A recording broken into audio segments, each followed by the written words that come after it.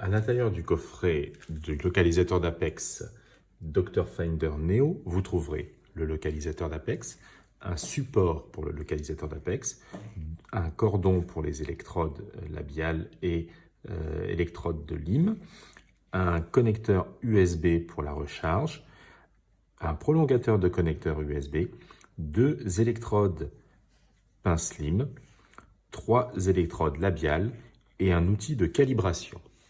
Pour utiliser un localisateur d'Apex autonome, il vous faut un localisateur d'Apex, un cordon de connectique, une électrode labiale et une électrode clip de lime.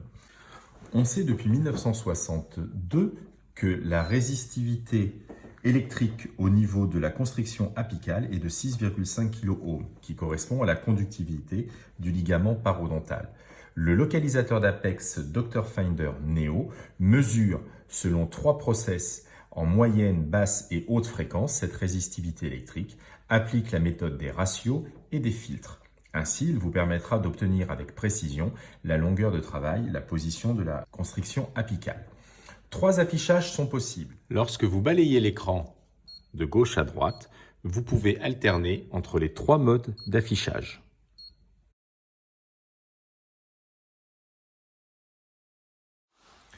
Lorsque vous balayez l'écran de bas en haut, vous avez la possibilité de régler la sensibilité de l'appareil. Ainsi, vous pouvez régler 0,1-0,2 mm du foramen apical. En rebalayant du haut vers le bas, vous pouvez revenir à l'état initial et la valeur de 0,2 s'affiche alors dans l'écran, quel que soit le mode d'affichage.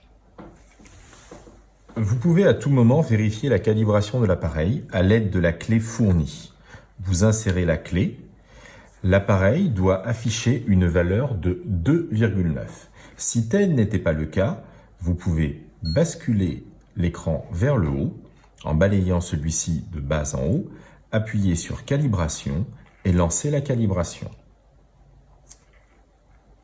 Confirmez celle-ci, la valeur est bien de 2,9. Lorsque vous balayez l'écran de haut en bas, vous avez accès à un timer que vous pouvez programmer en secondes et en minutes. À la fin du temps écoulé, le timer bipera.